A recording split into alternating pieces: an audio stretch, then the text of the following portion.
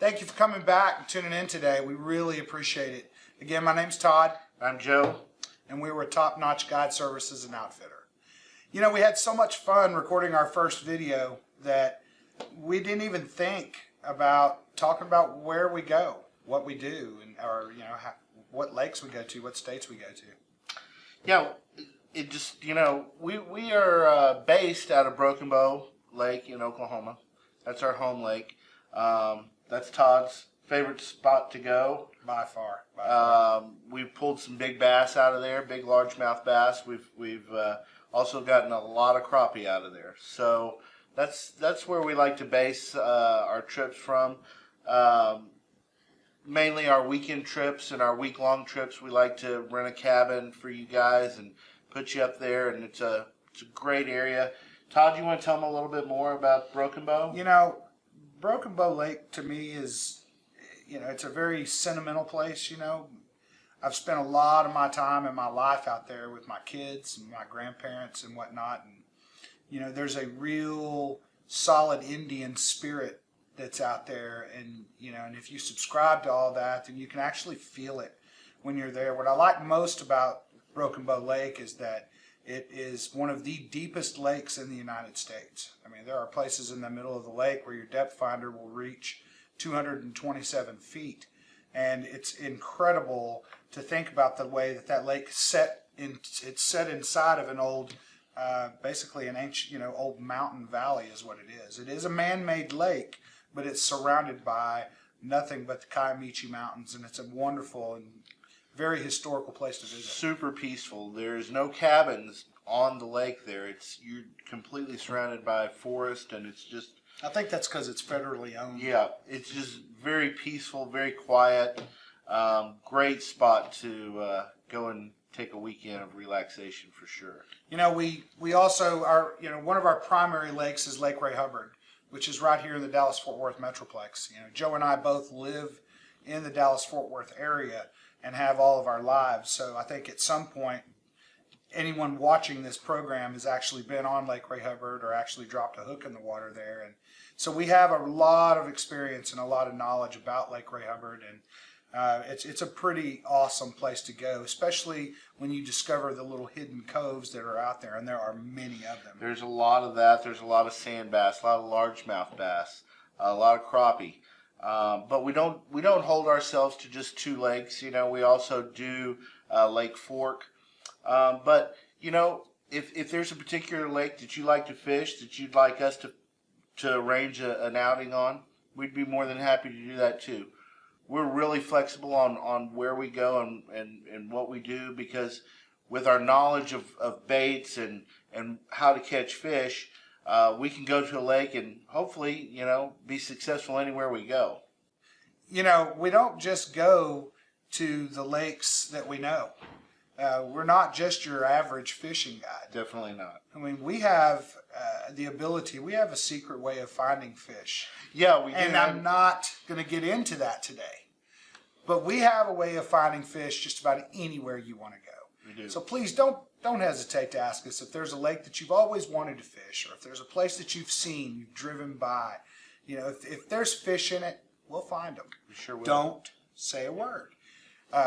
That's just, really, and that brings something to my mind. I got an email since we recorded our last video for you guys, and it was a very, very, I guess it was very pertinent to what we're talking about today, and because it's hot. It's super hot out there. And the email read, Dear Top Notch, how do I catch fish in the summer? And I thought it was a great topic because Joe and I have spent lots and lots of time trying to figure out the way to answer that question. And I'll be real honest with you. Fishing in summertime, tough. It's just Very tough. Really, really hard. Everything slows down. Everything slows down. So what we decided to do today was to give you some tips and give you some pointers without talking about secrets. And I think that if you will incorporate some of what we teach you today, I think you'll probably start having a little bit more luck fishing when it's super hot outside. Sure, absolutely. In the mornings, fishing the edges, top waters are working really good. I like to throw a few top waters out there in the morning, right Absolutely. right when the sun comes up. You know, you get out there towards the edges of the banks and in the grassy area and throw some of the top water lures. But you know, when it gets if you're trying to fish in the late afternoon, in the middle of the day, in the heat, you can't go wrong with using a crankbait. Oh no, Can't go absolutely wrong. not. Absolutely not. And as he was talking about, the grassy areas and we all seen them. In summertime the grass grows quite a bit, especially when it's close to water. So what we look for are areas off of the shorelines to where you'll see where the grass is, and right where the grass starts disappearing is where your bass are going to be at.